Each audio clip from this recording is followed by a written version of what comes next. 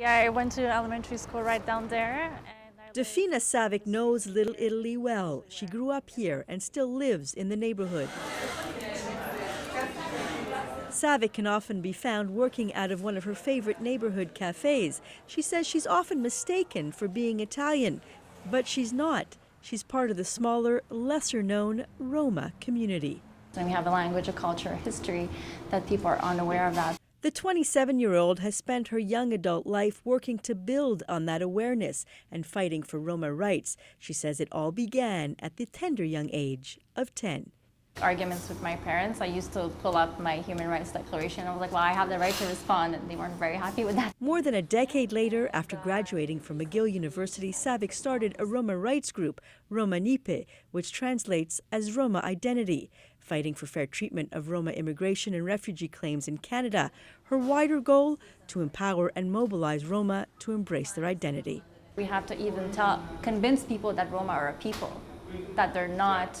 It's not a lifestyle. That is not, gypsy doesn't mean to steal, or it's not just people who are nomads and bohemians. Savic has also spent time working with school boards to help immigrants settle into their new lives here. And earlier this year, she worked with the Montreal Holocaust Memorial Centre to raise awareness of the Roma genocide during the Second World War. I'm amazed that she's actually able to have the Holocaust Center here recognize the genocide of the Roma as separate and distinct from, yet part of the process of the Nazi ideology, which was to murder anybody who was different. And when she's not working on those projects, she's out organizing events and speaking out against institutionalized racism against minorities.